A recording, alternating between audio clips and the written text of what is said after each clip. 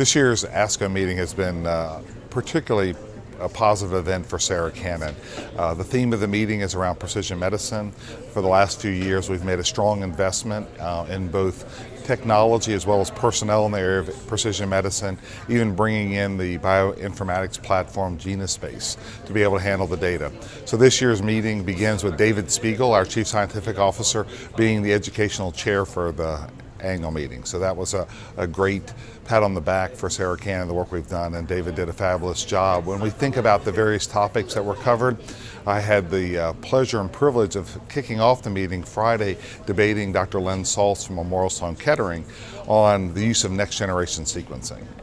I took the stance that all patients with relapsed and recurrent metastatic cancer should have their tumor profiled.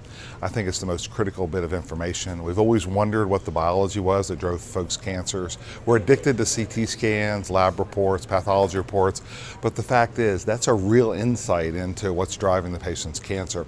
And I think more importantly, it's showing that it has a play both in immunotherapy as well as some of the small molecule biologics.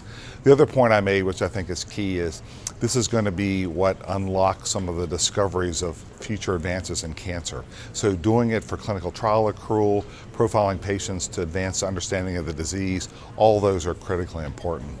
Melissa Johnson, our Associate Director of Lung Cancer, led an early discussion and did an overview during the meeting about where some of these precision medicines are moving in the treatment of lung cancer.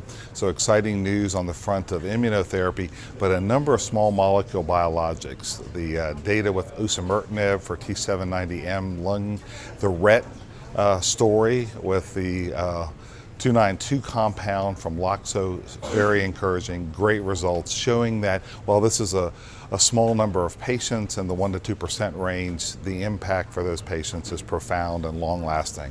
So we continue to see lung cancer being a model for how we can bring biologics into the field. Dr. Erica Hamilton, our Director of Breast Cancer Research, led a discussion on the use of the CDK4 and 6 inhibitors in breast cancer. A lot of emerging information there. These trials are beginning in the adjuvant setting, and right now we're debating first or second line. Should you save these therapies? Should you continue these therapies? And what's the best hormonal therapy to give them with in combination? So a lot of interest there. Erica teed it up nicely. I think it's clear that they're a first-line therapy. I think it's also notable that we're going to need to do further research to know whether they should be continued or not upon progression with other hormonal therapies, but really an exciting advance for the patients with breast cancer. So I think that's a great part of the story as well.